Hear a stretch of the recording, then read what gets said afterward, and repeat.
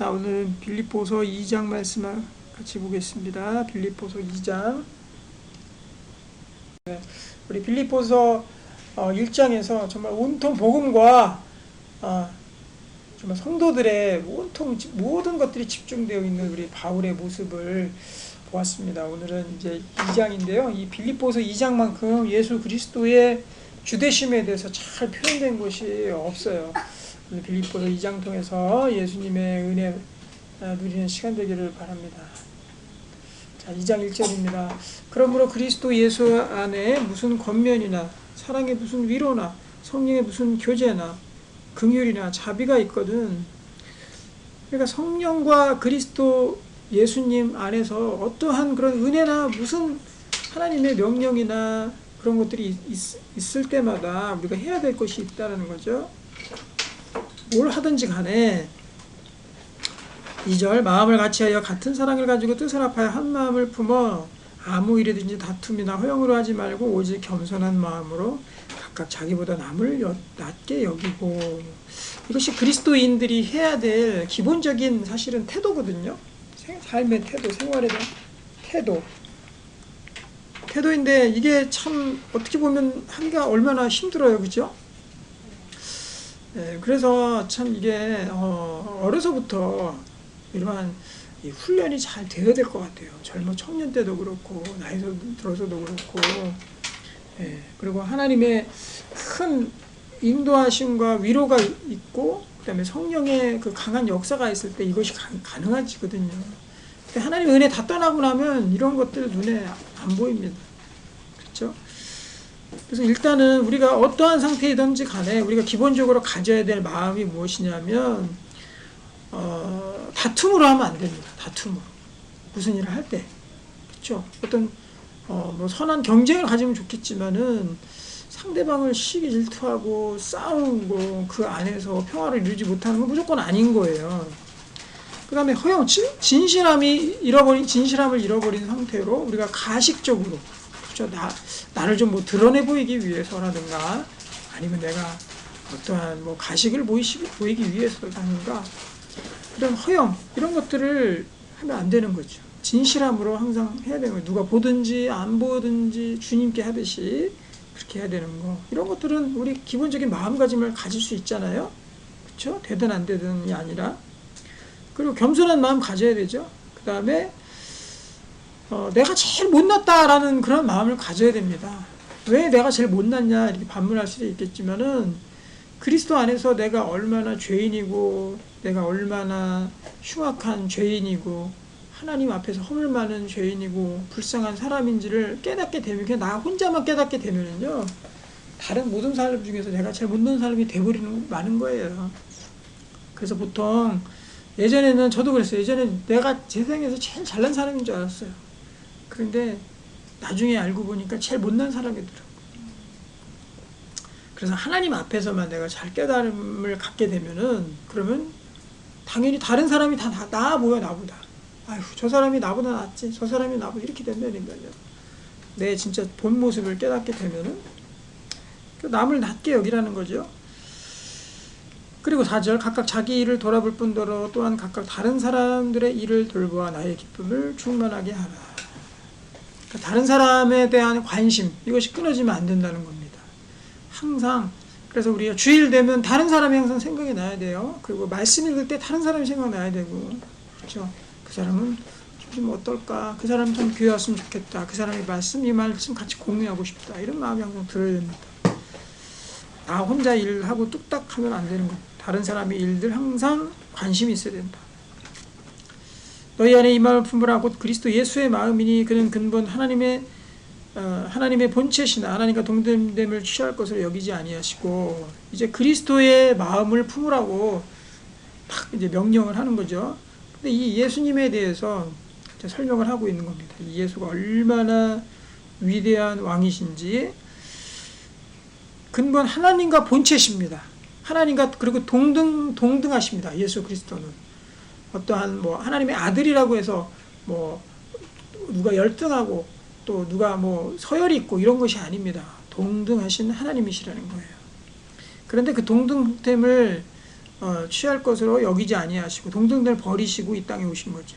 오히려 자기를 비워 종의 형체를 가지사 사람들과 같이 되셨고 사람으로 오셨습니다. 인간의 몸으로 우리에게 오셨습니다. 사람의 모양으로 나타나서 자기를 낮추시고 죽기까지 복종하셨으니 곧 십자가에 죽으심이라. 하나님과 동등하신 분이 종의 형체를 가지고 와서 죽으시고 십자가에 복종하셨습니다. 이러므로 하나님이 그를 지극히 높여 모든 이름 위에 뛰어난 이름을 주사. 이게 역설이거든요. 사실은 가장 위대하고 가장 높은 자리에 올라서려면 어떻게 됩니까? 인간들의 세계에서는 어떻게 되죠? 가장 잘나야 되죠. 잘해야 되죠. 다른 사람이 이겨야 되죠. 경쟁에서 이겨야 되죠. 그런데 예수님의 이 하나님의 나라는 그게 아니라는 거죠. 제일 낮아지고 제일 섬기고 제일 희생한 사람이 제일 높아진다는 거죠. 그래서 십자가에서 제일 낮은 모습으로 섬기니까 하나님께서 예수 그리스도 아들이신 예수님께 바로 하나님께서 모든 가장 뛰어난 이름을 우리 예수님께 주셨다는 겁니다. 그래서 예수님 앞에 다 굴복하잖아요. 그게 왜 그러냐? 가장 섬기셨기 때문에, 가장 큰 희생을 치르셨기 때문에. 10절 하늘에 있는 자들과 땅에 있는 자들과 땅 아래에 있는 자들로 모든 무릎을 예수 이름에 꿇게 하시고. 참 이것도 신비죠. 예수님의 이름 앞에 모든 무릎을 다 꿇게 하셨습니다. 예수 믿는다면서 예수님을 왕으로 모시지 않고는 예수님 믿는다고 할 수가 없는 겁니다. 예수 믿는 사람들에게 있어서는 예수님은 왕이시고 다 그 이름 앞에 무릎을 꿇게 하십니다. 11절 모든 입으로 예수 그리스도를 주라 시인하여 다 주님이라고 고백하잖아요. 하나님 아버지께 영광을 돌리게 하셨느니라. 이분이 바로 예수님이라는 거죠. 가장 겸손하시고 가장 섬기시고 가장 낮으심으로 말미암아서 가장 높은 이름을 가지신 분 바로 예수님입니다.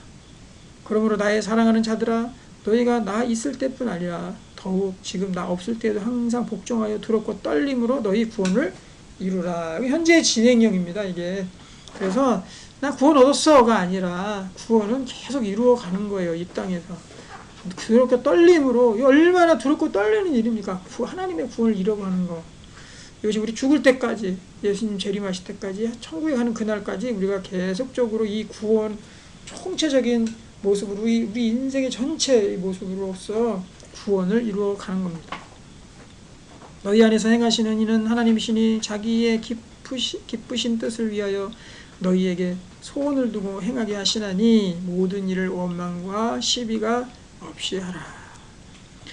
이는 너희가 흠이 없고 순전하여 어그러지고 거스르는 세대 가운데서 하나님의 흠 없는 자녀로 세상에서 그들 가운데 빛들로 나타내며. 이 모든 일들을 하는 것이 어떤 그 역사를 이루냐면 세상에서 우리를 빛으로 드러낸다는 거죠. 근데 이 세상을 표현하는 것이 있어요. 이 세상은 바로 어그러지고 거스르는 세대가 바로 이 세상의 모습입니다. 하나님을 거스르고요. 하나님의 형상이 어그러지는 모습이 바로 이 세대의 모습이거든요. 그런데 우리는 점점 흠이 없는 자녀로 서겠죠. 날이 갈수록 흠이 점점 없어지는 사람이 됩니다. 그리고 그 사람들 가운데 생명의 빛을 가진 사람으로 나타난다라는 겁니다. 16절 생명의 말씀을 밝혀 나의 다름질이 헛되지 아니하고 수고도 헛되지 아니하므로 그리스도의 날에 내가 자랑할 것이 있게 하려 함이라. 만일 너희 믿음의 재물과 섬김 위에 내가 나를 전제로 드릴지라도 나는 기뻐하고 너희 무리와 함께 기뻐하리니. 바울은 이제 여러 서신서에서 자기가 죽기까지 이 복음을 위해서 헌신하겠다. 너희를 위해서 내가 죽음을 감당하겠다라고 여러 번 이야기합니다. 그래서 너희의 재물 위에 내가 부어드리는 재물이죠. 내가 재물로 드려질지라도 내가 기뻐한다. 너희를 위해서 내가 그렇게 희생하겠다는 거죠. 이와 같이 너희도 기뻐하고 나와 함께 기뻐하라. 내가 디모데를 속히 너희에게 보내기를 주 안에서 바람은 너희 사정을 알므로 안위를 받으려 함이니. 이제 디모데를 보내는 그 문제를 이야기하고 있는데 이 빌립보서의 발신자가 디모데하고 바울이잖아요. 수신자가 빌립보 교회고. 그래서 디모데도 이 빌립보 교회에게 보내려고 그렇게 하고 있습니다. 그래서 사정을 알므로 인해서 안위를 받으려고. 그래서 이제 디모데하고 뒤에 보면 에바브로디도 두 사람이 나오거든요. 두 사람의 역할들을 한번 보겠습니다. 이는 뜻을 같이하여 너희 사정을 진실히 생각할 자가 이밖에 내게 없음이라. 그들이 다 자기 일을 구하고 그리스도 예수의 일을 구하지 아니하되 디모데의 연단을 너희가 아나니 지식이 아버지에게 함같이 나와 함께 복음을 위하여 수고하였느니라. 이 디모데는 바울에게 있어서 정말 큰 제자였던 것 같습니다.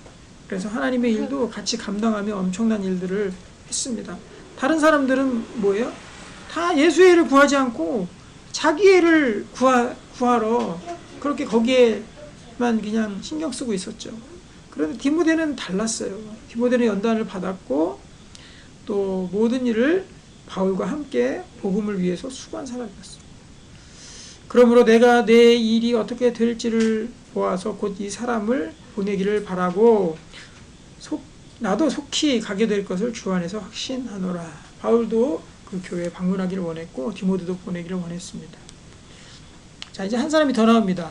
그러나 에바브로디도를 너희에게 보내는 것이 필요한 줄로 생각하노니 그는 나의 형제요 함께 수고하고 함께 군사된 자요 너희 사자로 내가 쓸 것을 돕는 자라. 에바브로디도라는 사람을 표현하는 말이 뭡니까? 총 네 가지 정도 나오는 것 같은 나의 형제라 그랬습니다. 그리스도의 피를 같이 나눈 형제다. 그 다음에 함께 수고한 자다. 함께 항상 복음을 위해서 수고하는 사람. 그리고 함께 군사된 사람이다. 그리고 너희 사자다. 사신이다. 메신저다. 보내는 사람이다. 라고 이렇게 표현하는 거죠. 이런 사람 되기를 원하지 않습니까? 나도 바울과 같은 사람의 형제가 되어야 되죠. 그리고 같이 복음을 위해서 수고하는 사람. 그리고 군사된 사람. 싸우는 사람. 그리고 사자. 어디든 가는 사람. 이런 사람이 되어야 되겠죠. 그래서 이 22장에서 은혜되는 말씀은요, 이 디모데를 표현하는 거예요. 디모데 외에 다른 사람들은 어땠다 그랬습니까? 다 자기의 일만 신경 쓰고 예수 그리스도의 일에 대한 관심이 없었습니다. 여기 21절이죠. 그들이 다 자기의 일을 구하고 그리스도 예수의 일을 구하지 아니하되. 이런 사람들이 많아요. 태반이에요. 그죠? 하지만 우리는 그러면 안 되겠어요. 우리는 하나님의 자녀로서 복음의 군사된 자로서 자기의 일을 넘어서 그렇죠? 자기의 일은 하나님께 맡기고 이제는 예수 그리스도의 일을 구하는 사람, 예수 그리스도의 일을 구하는 사람 되기를 원합니다. 자기의 일만 신경 쓰는 것이 아니라 자기의 일을 벗어나서 예수 그리스도의 일을 구하게 하옵소서 늘 기도해야 할 것입니다. 그 두 사람 디모데하고 에바브로디도도 그런 사람이었습니다. 그런데 에바브로디도는 문제가 있었죠. 26절에 보면 그가 너희 무리를 간절히 사모하고 자기가 병든 것을 너희가 들은 줄을 알고 심히 근심한지라. 아마도 에바브로디도는 큰 병에 걸렸던 것 같아요. 그렇기 때문에 그 사실까지 알려지는 것을 보고 심히 자기도 걱정했다라고 표현하죠. 그가 병들어 죽게 되었으나 하나님이 그를 긍휼히 여기셨고 그뿐 아니라 또 나를 긍휼히 여기사 내 근심의 근심을 면하게 하셨느니라. 아마도 죽을 정도의 그런 심한 병이 들렸던 것 같습니다. 그런데 하나님이 그를 긍휼히 여기셨다는, 하나님 고치셨다는 거예요. 그렇죠? 그리고 바울도 긍휼히 여기사 내 근심도 면하게 해주셨다. 그렇죠? 얼마나 큰 근심과 염려가 됐겠습니까? 기도 제목이 되었겠어요? 에바브로디도가 죽을 병에 걸렸던 것들이. 하지만 하나님께서 그를 긍휼히 여기셔서 회복을 시키셨고, 그리고 사도 바울도 또 그래서 빌립보 교회에게 이 편지도 보내는 거예요. 야, 그동안 걱정했던 에바브로디도가 병이 나왔어라고. 그래서 이 에바브로디도가 이제 이 빌립보에 이 서신서를 갖다 주게 되는 거죠. 28절 그러므로 내가 더욱 급히 그를 보낸 것은 너희로 그를 다시 보고 기뻐하게 하며 내 근심도 덜려 함이니라. 많은 사람들의 근심을 없게 해주고 다시 힘을 주고 용기를 주고 기쁨을 주기 위해서 에바브로디도를 빌립보 교회에 보낸 겁니다. 이러므로 너희가 주 안에서 모든 기쁨으로 그를 영접하고 또 이와 같은 자들을 존귀 여기라. 존귀 여기를, 이와 같은 자들 존귀 여기라 했어요. 에바브로디도, 디모데, 그러니까 복음의 사신들, 함께 수고하는 사람들, 군사들, 이런 사람을 존귀히 여기라는 겁니다. 그러니까 교회에서도 가장 존귀한 사람이 누구일까요? 교회에서 가장 존귀한 사람, 그렇죠. 가장 존귀한 사람은 바로 하나님의 수고하는 자예요. 복을 위해서 수고하는 자, 자기 일을 넘어서 예수 그리스도의 일을 생각하는 자, 그리고 함께 군사된 자, 또 예수 그리스도의 사신, 사자, 이런 사람이 교회에서 가장 존귀한 사람입니다. 하나님도 그를 가장 존귀히 여길 것입니다. 그가 그리스도의 일을 위하여 죽기에 이르러도 자기 목숨을 돌보지 아니한 것은 나를 섬기는 너희의 일에 부족함을 채우려 함이니라. 사도 바울에게 하나님께서 이런 귀한 동역자들을 붙여주신 겁니다. 그래서 죽기까지 자기 목숨 돌보지 아니하고 이 그리스도의 일을 위해서 이렇게 헌신했다는 거죠. 우리 같이 그리스도의 일을 위해서 헌신할 마음들을 들지 않습니까? 이런 사람들 보면은 우리도 그리스도의 일에 죽기까지 헌신한 사람들이 되기를 원합니다. 참 이 빌립보서에는 복음을 위해서 얼마나 헌신이 되어 있는가 여러 사람들과 바울 자신을 통해서 정말 반복해서 이렇게 강조해서 말씀하고 있어요. 복음을 위한 헌신이 얼마나 고귀한 것인가, 얼마나 존귀하고 기쁜 것인가, 다시금 그것들을 우리가 확신하고 자기 일을 넘어서 이제는 그리스도의 복음의 일에 우리 다 같이 나아가는 우리 모두가 되기를 주님의 이름으로 축복합니다.